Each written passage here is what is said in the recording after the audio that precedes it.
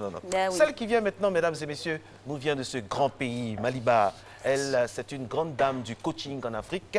Elle est très présente dans toutes les sphères de l'entreprise pour donner des conseils à gauche, à droite, pour faire en sorte que le potentiel de chacun de nous soit élevé. C'est avec un grand plaisir qu'on la retrouve sur ce plateau. Oui. Comment ça va? Bonjour, coach. Bonjour. Notre très chère et Bienvenue. jolie malienne. C'est ça. Comment ça va? Elle nous Ça va rejoint. bien, merci. Et vous ici? Ben oui, ça va, on a gardé la maison. Très heureuse d'être sur votre plateau. Vous nous avez manqué. Partagé, ben oui. Moi aussi, vous m'avez C'était beaucoup bien. manqué. C'était super.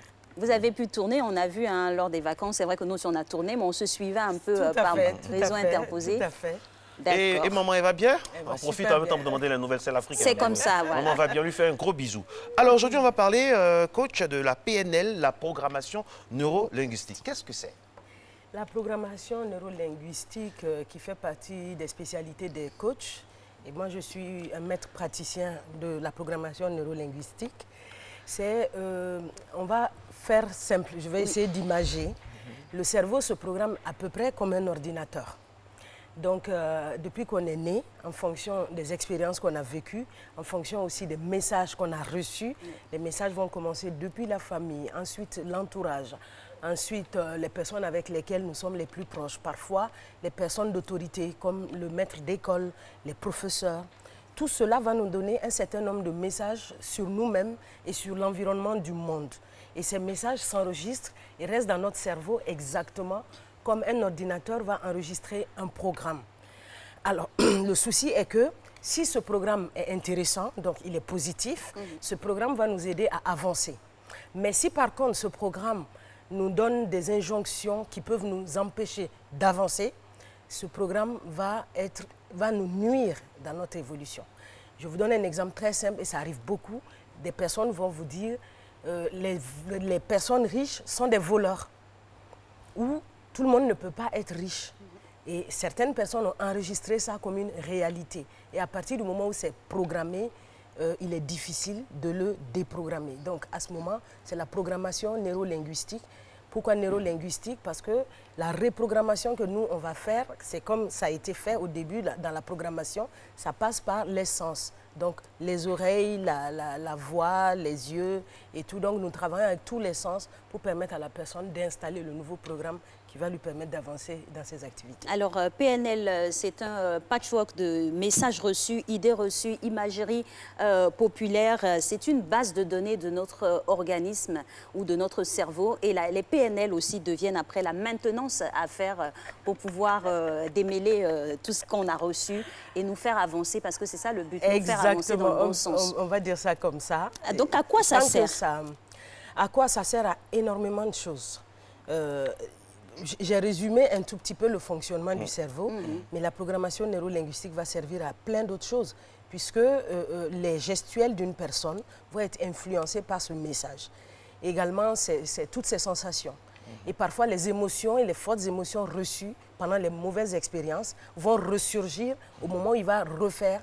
Je vous prends l'exemple de quelqu'un qui a déjà pris la parole en public, qui s'est fait humilier. Et donc, à chaque fois qu'il va essayer de reprendre la parole en public, il sera paralysé par ce qui s'est passé. Donc, il va revivre ça. Donc, ça devient un blocage pour lui pour aller de l'avant. Alors, il faut déprogrammer et installer un nouveau programme. On va dire ça comme ça. Justement, quand on parle de programmation neurolinguistique, mesdames et messieurs, coach Ina Kanouté, on parle indubitablement de blocage émotionnel. Vous avez annoncé les prémices. Alors, qu'est-ce qui crée les blocages émotionnels? Les mauvaises expériences. Les mauvaises expériences surtout mal vécues. Parce qu'après une mauvaise expérience, quand on l'évacue, quand on en parle, parfois ça peut passer. Mais la plupart du temps, on le garde comme un choc. Et le pire, c'est qu'au fil du temps, on finit par l'amplifier dans notre tête. Alors le son devient grand, l'image devient brillante et on a l'impression que c'était le monde entier qui était autour de nous. Alors qu'en temps réel, ce n'était pas forcément ça. Donc la personne va vraiment jouer ce programme à l'infini dans sa tête. Et donc, il va falloir vraiment bloquer ce processus et l'amener à revivre le même événement d'une autre manière afin de calmer les émotions qui étaient là et de susciter en lui de belles émotions qui vont lui permettre d'avancer. Alors, coach, de ce que vous dites, il devrait avoir un déclic.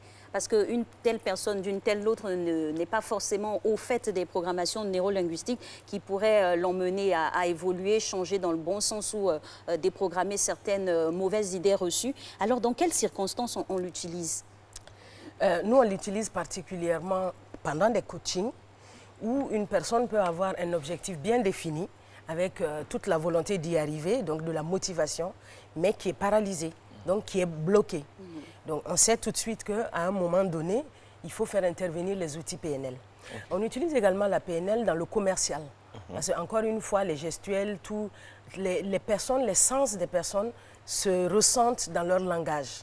Et pour les influencer en politique, en diplomatie et en commercial, la PNL permet de ce qu'on va appeler se calibrer sur une personne et imiter, ou en tout cas, imiter, c'est un peu, voilà. Mais on va dire vraiment aller dans le même sens que la personne afin de l'influencer. Absolument. On fait la PNL sans le savoir, hein, que ce soit Barack Obama ou la vendeuse du coin. La PNL fait partie de notre quotidien, de notre identité, de notre nature plurielle. Alors, quand surviennent les problèmes comme ça de blocage, comment on essaie de les résoudre? Vous avez parlé tout à l'heure.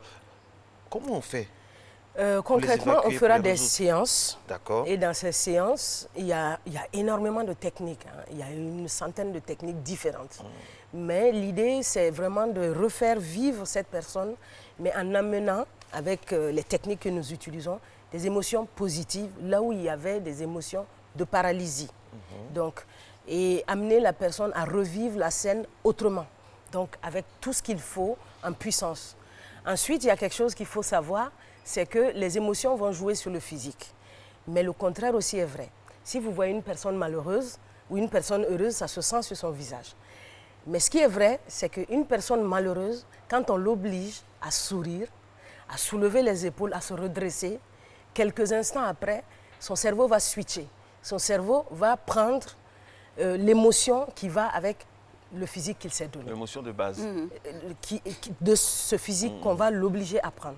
Donc ça, c'est les petites techniques qui permettent d'amener la personne à quitter un état d'esprit négatif et à pouvoir avoir un état d'esprit qui lui permet d'atteindre ses objectifs. Coach, toute cette technique-là, ça ne fait pas référence un peu à l'influence, par exemple, des gourous sur leurs adeptes ou d'une science exotérisme et tout ça? Pourquoi? Non, pas vraiment. Bien sûr, toutes les techniques au monde peuvent être utilisées de la mauvaise manière. Mais il est vrai que la PNL utilisera des techniques d'hypnose. Mais ce n'est pas des hypnoses qui vont nous permettre d'endormir la personne et de lui faire faire... exactement. Simplement, on met la personne dans un état réceptif. Donc, on essaie d'amener son cerveau à ce que nous, on appelle l'état alpha. Donc, le cerveau va vraiment calmer le mental. Et on lui donne des injonctions positives pour lui permettre d'avancer. Donc, c'est vraiment fait de manière humaniste.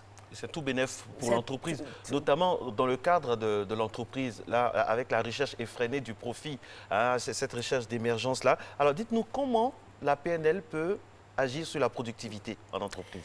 Par exemple, les commerciaux, si ils sont, on leur apprend les techniques de PNL au niveau du commercial, ça peut leur permettre tout de suite, non seulement de calmer un client qui est en colère, ça peut leur permettre également d'amener le client à acheter leurs produits, à les suivre dans le sens de leur démonstration. Ensuite, tous les collaborateurs d'une entreprise peuvent avoir, face à des objectifs qui ne sont pas atteints, peuvent avoir des blocages émotionnels. Donc quand on arrive et qu'on intervient dans une équipe, que ce soit des managers, que ce soit d'autres collaborateurs, on peut trouver des cas où la PNL peut aider à débloquer les blocages pour atteindre les objectifs et suivre le mouvement général. Alors, coach, c'est une science pour initier ou qui est candidat à la PNL? Les candidats à la PNL, c'est d'abord des coachs qui sont professionnels et qui vont apprendre cet outil particulier pour les cas beaucoup plus compliqués que les cas de coaching simple. Donc, c'est une spécialité des coachs. Le monde entier est un champ de PNL, hein, le monde entier. Alors, est-ce que dans la PNL, est-ce qu'on peut revenir un peu sur les tendances quand on est en Afrique, quand on a un accident? Est-ce que l'environnement a une incidence sur notre PNL, l'environnement géographique à un certain temps? L'environnement va avoir une certaine incidence. Par exemple, avec mon expérience, il y a un certain nombre de messages que nous avons toujours donnés en Afrique. D'accord. Et donc qui peuvent constituer des blocages Absolument. systématiques qu'on ne trouvera pas forcément chez les Occidentaux. Ouais. Et donc, par exemple, chez nous, le destin semble être accepté par tous. Donc, parfois, il faut défaire ce type de pensée, de croyances. Ouais. Ce que nous, on appelle justement des croyances limitantes. Comme ça, comme regarder quelqu'un dans les yeux, il faut le faire, il Faut faut pas le baisser les faire. yeux quand c'est Peut-être quand on est en exactement situation ça. Pourtant, ailleurs, quand on est en de- situation, par exemple, de travail avec un client, quand on est délégué médical ou bien commercial de tout acabit, ça joue aussi concrètement. Et rien que le C'est mois interprété, dernier, j'ai eu un cas comme ça où le monsieur, justement, il n'arrivait pas à me regarder dans les yeux. Je dis, mais regardez-moi. Il dit, non, dans sa culture, On regarde pas les femmes. on ne regarde pas quelqu'un qu'on respecte. Je lui ai dit, sur le plan international, si tu le fais, on dira que tu as un regard fuyant et ça va donner une certaine interprétation de ta personnalité fait. qui n'est pas vraie. Tout à fait. Donc oui, il faut aussi parfois adapter quand on est aujourd'hui Comment vous faites Comment vous faites multiculturalité. Des fois que vous recevez un client qui vient du Vietnam ou un client qui vient de Zoukougbeu, comment vous faites pour adapter, pour accorder les violons? On écoute beaucoup. Le coach, c'est la personne qui écoute beaucoup. Et la PNL nous apprend également à regarder. Donc les gestuels, le visage, les voix. Et tout ça peut jouer. Je vous donne un autre exemple. Dans le leadership féminin, on a parfois le problème de voix. Les femmes, pour s'imposer, doivent par exemple travailler sur leur voix. Et quand on ne sort pas la voix, c'est déjà quelque chose qui plombe notre autorité. Et donc, il y a énormément de signaux. Mais nous observons beaucoup, nous écoutons beaucoup. Et donc même en contexte multiculturel, nous arrivons à détecter les niches d'émotions bloquées. Et justement, quand on parle de chaque individu, le cas par cas, pouvez-nous donner le cheminement de quelqu'un qui arrive avec ses acquis, ses prérequis ou ses idées reçues jusqu'à un niveau où la PNL est passée? Qu'est-ce qui devient après? Par exemple, la personne va nous amener un objectif précis. Ensuite, on travaille sur l'objectif. Et on lui donnera un plan d'action où on trouvera en tout cas ensemble un terrain d'entente pour qu'il mette en place un plan d'action. Ce qui se passe quand il y a un besoin de PNL, c'est qu'à un moment donné, malgré la volonté, malgré le plan d'action, la personne ne bouge plus. Donc on sent vraiment un blocage. Et c'est à ce moment que nous sortons les outils de PNL. Et ça se voit... Quand je vous écoute, je me dis que la PNL, c'est une compétition permanente avec soi-même.